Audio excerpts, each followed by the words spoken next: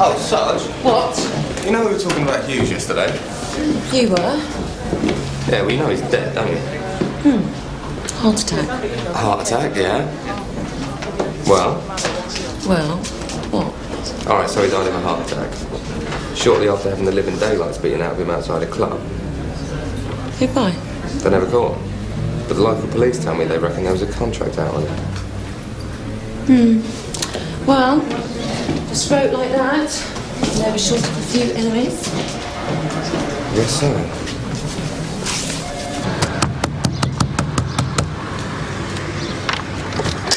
Cheers, McAllister. Do leave off. I've had it all from the other one. There's been some developments in your case, Mr. Toby. You need to take them very seriously. I better come in. You're aware that we've been reviewing a lot of evidence from the surveillance at the sixth form college? Yeah, Sing's done all that bit, love. You should also be aware that the other victim of the failing to stop has regained consciousness. She knows a lot about you and your activities over a period of time. And given the situation you put her in, I don't think she owes you any favours, do you? Now, a decision hasn't been made about charging you yet. Look, Sing's had a go about all this. You don't know what you're asking.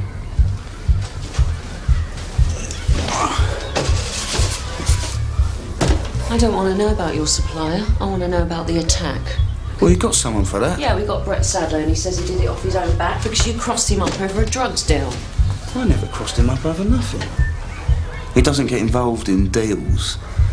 He's just muscle. So, who's pulling his strings?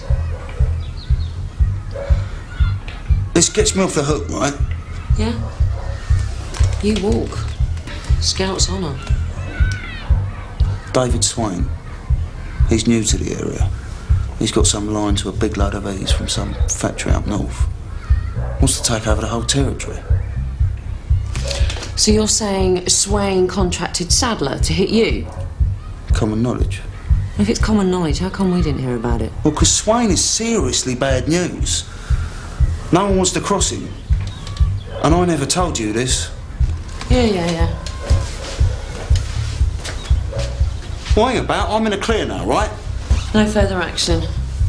Crawl back under your stone.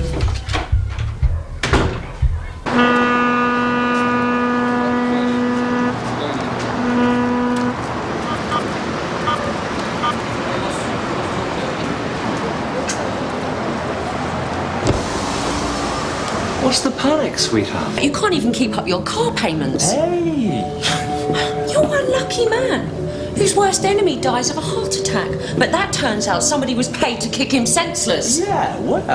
You're the ace snout whose contact tells him that Brett Sadler was working on his own. But it turns out he was on a contract. How come you never told me about David Swain? Common knowledge, Jamie. You've been blowing smoke in my eyes. Debbie. In my book, sex under false pretenses counts as rape. I want some explanations.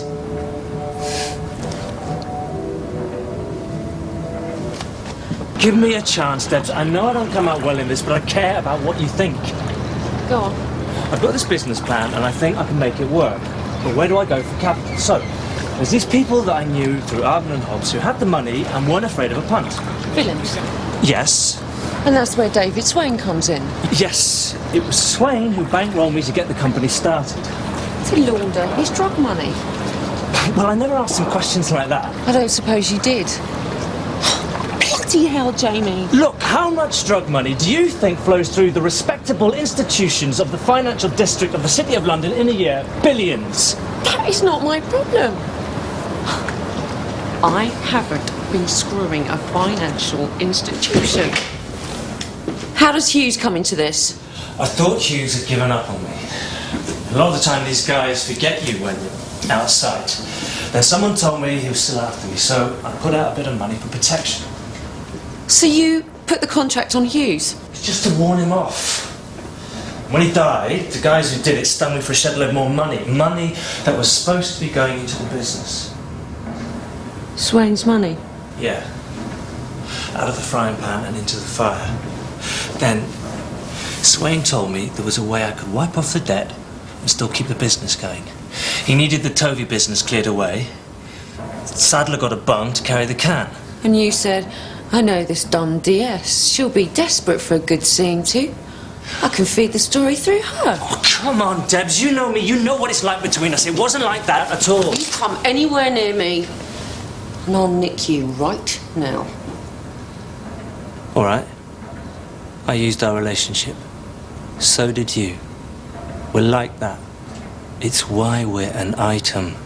You've got a nerve, Jamie. I need one dealing with you, kid. I've known some scary women, but you're the first one who's ever pulled a weapon on me. Quite a turn on, actually. What the hell am I going to do about you?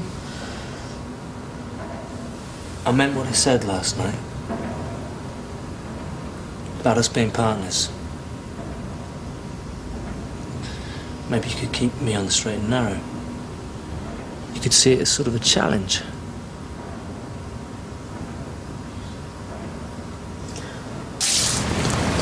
Thanks for coming out, sir. As I said, the whole business is a bit sensitive. Go on. The information I got about Brett Sadler, it came from an ex-informant of mine, Jamie Ross. Oh, I remember Jamie Ross. I've discovered information that was intended to mislead us. Brett Sadler was working for a drug supplier named David Swain. Now, Swain had a financial hold over Ross, and Ross agreed to feed the story through me that Sadler was working alone. I'm sorry about this, sir. How long have you known about this? I confronted Ross with my suspicions and rang you immediately. You should have come to me before you talked to Ross. Yeah. I let personal considerations get in the way. I know Ross well. I thought I knew him well.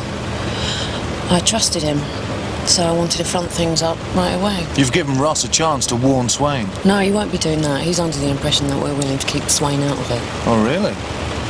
You've done quite a number on Jamie Ross, haven't you? I made a mistake. I thought I should make efforts to limit the damage. I'm glad you did come to me. I was beginning to wonder. So? Vic got the story about Swain out of Toby. You've been cutting it very fine on this one, Debbie. I don't know how fine exactly, and if things turn out all right, I don't want to know. But let it be a lesson to you. So? Ross still in the flat? Yep. Poor sod's in for a bit of a shock.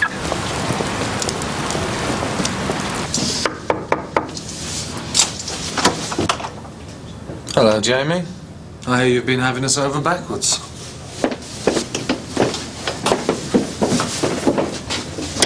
Nice flat. I don't suppose you've forgotten all that law you used to practice, Jamie, so can you give me one good reason why I shouldn't have you up for conspiracy to pervert the course of justice?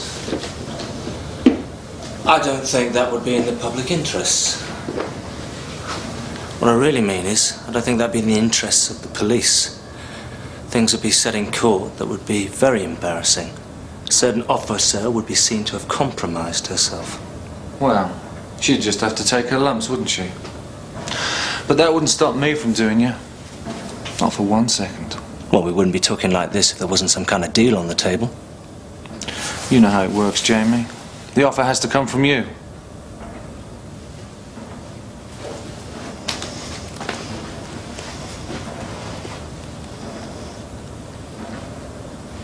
All right, if it'll help me, I'll try and give you Swain.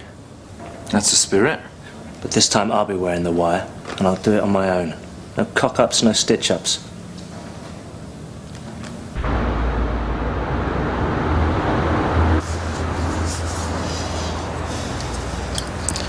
There'll be officers on the plot, so you'll be looked after.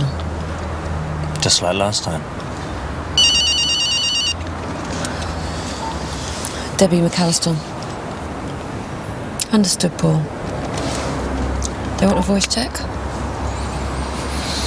This is Jamie Ross. Leave the mic alone, don't talk into it. Just talk to me normally. This is Jamie Ross. I am the property of the Metropolitan Police. If found in a ditch, please dial 999. That'll do. McAllister. Thank you. They're happy. I'm glad for them. Right, we're all set. Let's get on with it. There's no point hanging around, getting wound up. We don't have to make you do this, Jamie. You can get out the car and you can keep on going. You're the foreign travel expert. Not on my own. Not anymore, kid.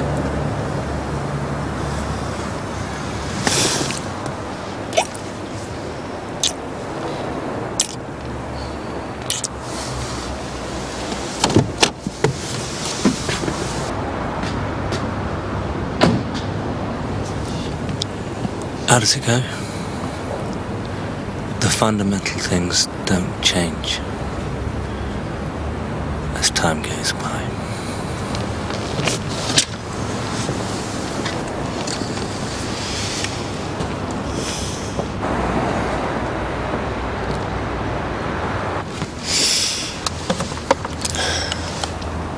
Ross is on the plot.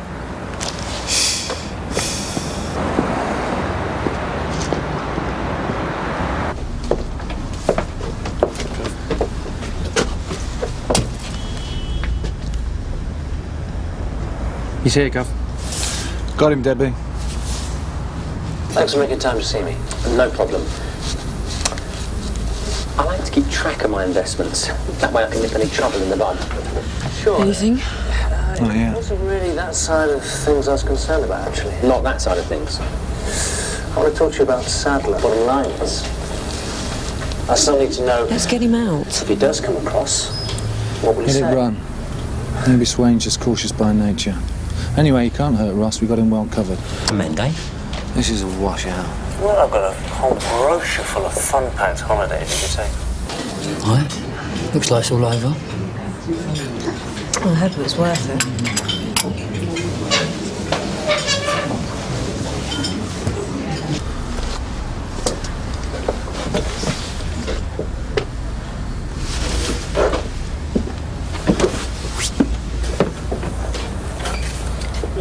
Thank you, Alan. Give my regards to Marcel. Thank you. I'll be seeing you, Jamie. You look after yourself, huh? You too, David. I still think there's things we need to clear up. I'd offer you a lift, but, you know, it is, I got an appointment. That's fine. I'm sorted. Good.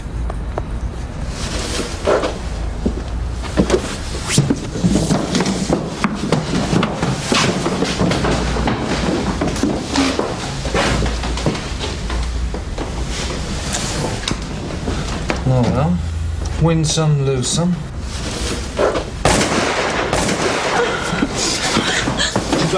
Dion Collins, Dunhill! ARV and ambulance to Jamaica Wharf. Gunshots fired, at least one man down. Listen to me, we cannot make a floor show out of this, okay? We've got to let firearms clear.